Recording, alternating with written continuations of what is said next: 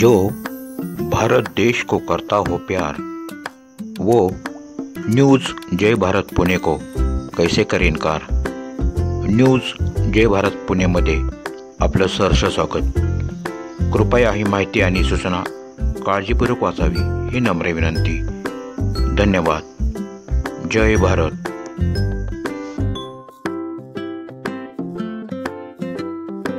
हम किसी से कम नहीं या आमच्या मालिकेत आजचे कलाकार आहेत आपल्या सर्वांच्या परिचयाचे, ज्यांचा आपला परिचय पहिल्या भागात झालेला आहे।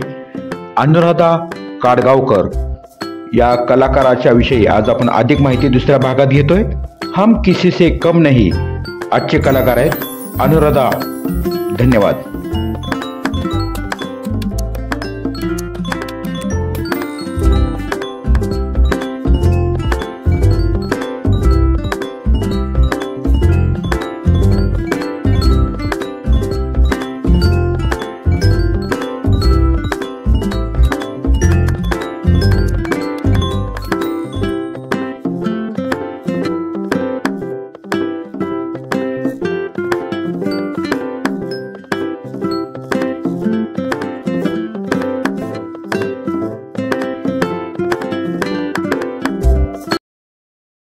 मॅडम, आता आपण जे स्पर्धा आयोजित केलेल्या आहेत त्या स्पर्धेचं बक्षिसाचं स्वरूप काय असणार आहे आणि कसं असणार आहे? ॲक्च्युली मी असं सहज घरात बसताना माझ्या एकदम मनात असं आलं की आपण सध्या कराओकेचा पण जमाना आहे आणि ऑनलाईन पण जमाना आहे। तर पुण्यामध्ये आम्ही स्पर्धा घेतल्या तर फक्त पुण्यातलीच लोक आली, किंबहुना कोथरूडवासीयच आली फक्त। मग मला असं वाटलं की गावोगावची कशी याच्यात येतील, त्यामुळे हे मोबाईल एक खूप छान साधन आहे।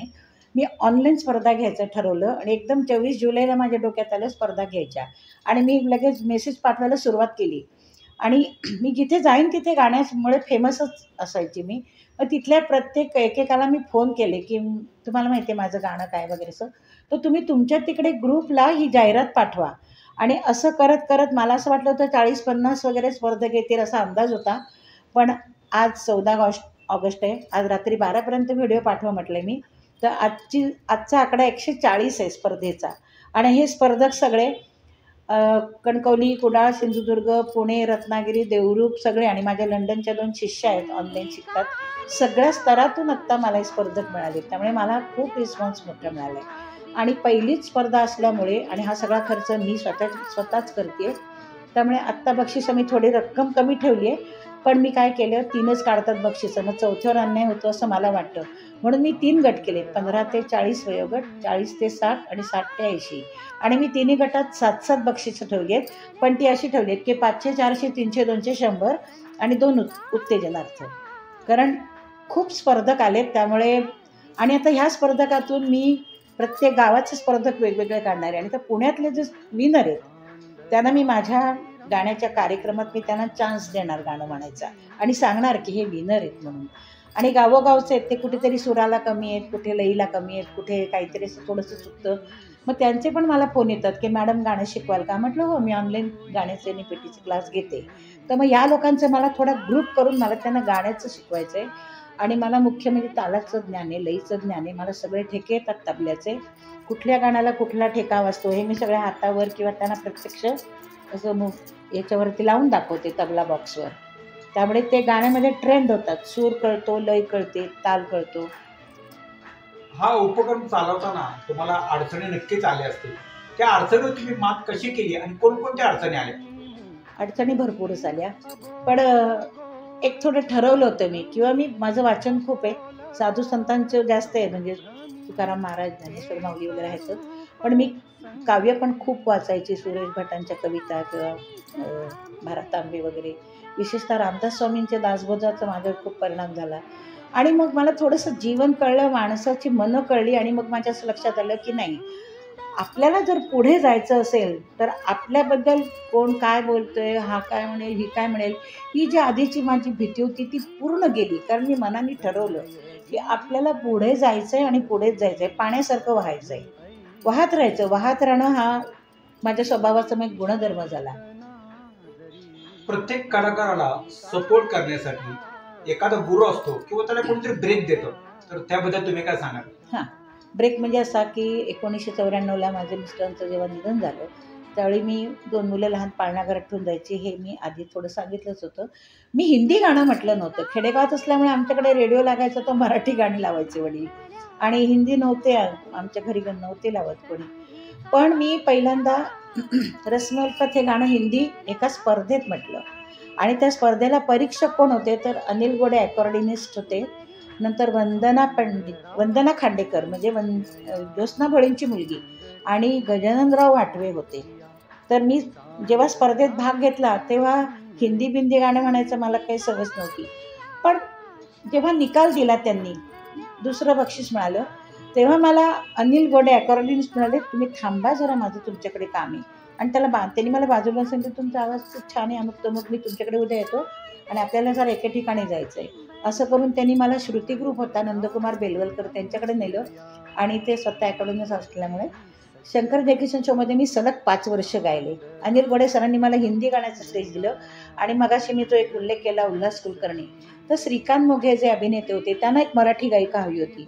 तर उल्हास कुलकर्णींनी मला इथे रिक्षा आणून, नाही मी तुम्हाला नेणारच आहे तिकडे, असं करून नेलं आणि श्रीकांत मोघेंच्या माझी आनंद यात्रा या शोमध्ये मी आणि श्रीकांत मोघे आम्ही 1995 ते 2000, तसं श्रुती ग्रुपमध्ये आणि विलास आडकर ते पण चांगले संगीत संयोजक आणि अकॉर्डिनिस्ट होते, त्यांनी पण मला 5 वर्ष ब्रेक दिला. त्यामुळे मला माझे 5 वर्ष धो इतके प्रोग्राम झाले की पैसा आणि प्रसिद्धी दोन्ही असे म्हणजे चालत आले. लक्ष्मी आणि सरस्वती दोन्ही माझ्यावर प्रसन्न होत्या.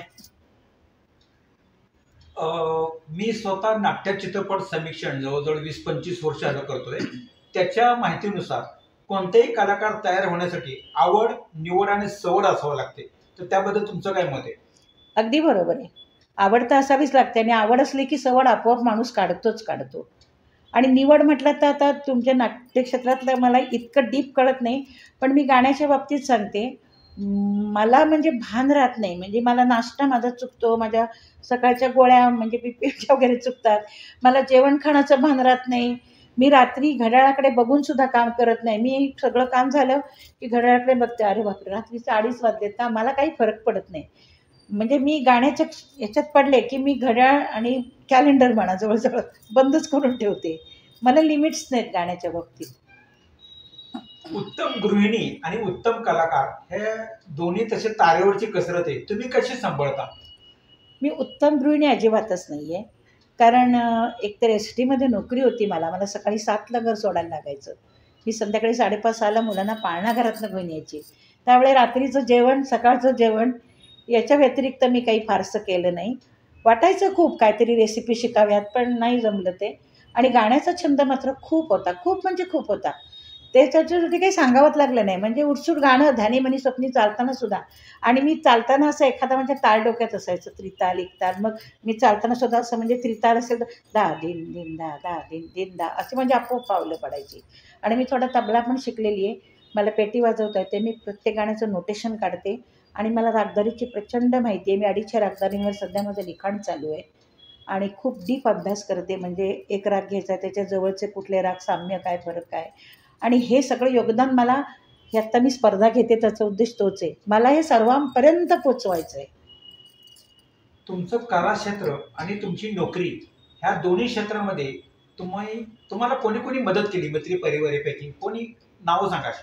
नाही, नोकरीत तर काहीच नाही मदत झाली, कारण मी STमध्ये होते, दापोडी ST वर्कशॉप. तिथे फक्त कामं, एसट्या बांधणं, कामगार लोक. पण तिथे नंतर ना गणपती उत्सव, नंतर पण शिवाजी महाराजांचं, नंतर डॉक्टर बाबासाहेब आंबेडकर असे सांस्कृतिक कार्यक्रम त्यांनी ठेवले. मग त्याच्यात मला चान्स मिळाला. मग मी दापोडी ST वर्कशॉपमध्ये हे सगळीकडे मी गायची आणि मग माझं एकदा नाव फेमस झालं. मी गायिका म्हणूनच शिक्कामोर्तब माझ्यावर आहे. तुम्हाला आतापर्यंत उत्तम संयोजिका म्हणून 3 वेळा नामांकन मिळालेलं आहे. हो. तर त्याचा अनुभवाबद्दल तुम्ही काय सांगाल? अनुभव म्हणजे असा, ॲक्च्युली मी कराओके संगीत म्हणजे गात नव्हते, कारण ते स्केल ओरिजिनल असतं, मग ते थोडं खाली करून घ्यावं लागतं वगैरे. पण मी जेव्हा गायले कराओकेवर, जी जमतील गाणी ती घेऊन गायले, तेव्हा कराओके लोकांच्या मध्ये, गायक गायिकांमध्ये असं माझ्याकडे बघण्याचा एकदम त्यांचा दृष्टिकोन वेगळा झाला की अरे बापरे, हिला सगळंच येते, हिला रागदारी माहिती आहे, हिला कसं गाणं म्हणायचं माहिती आहे. मग ते लोक आकर्षित झाले सगळे कराओकेवाले आणि मला ते बोलवायला लागले. आणि त्यातलेच एक अशोक गायकवाड, ते गायकांची गायकवाडी असं त्यांनी, सगळे गायकवाड होते त्यात. मग त्यांनी मला अगदी सन्मानाने अगदी छान फोन बिन करून, मॅडम आम्ही तुमचा सत्कार करणार आहोत, तुम्ही अत्यंत उत्तम संयोजिक आहात.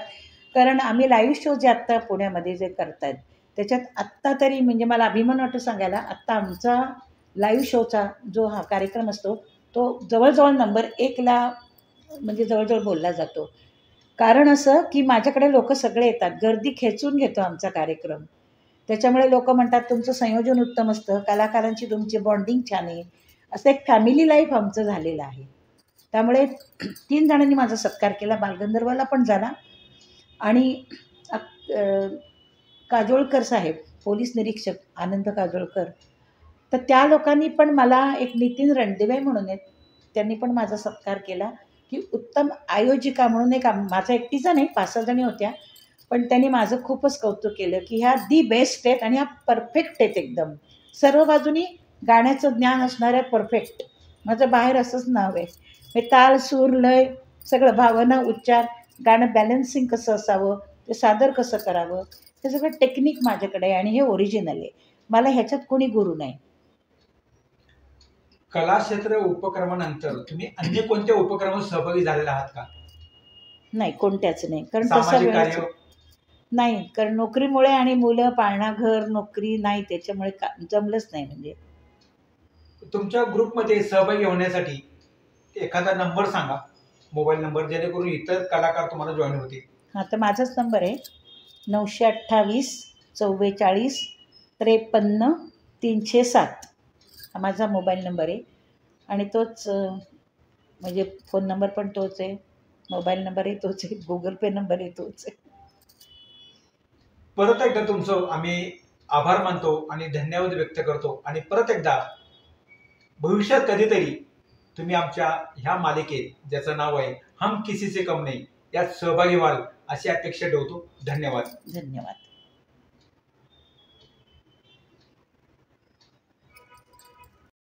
आमच्याही शुभेच्छा. कॅज्युअल लुक, गुडलक चौक पुणे, राधाकृष्ण हॉटेल भारतीय विद्यापीठ पुणे आणि BR एंटरप्राइजेस सदाशिवपेठ पुणे.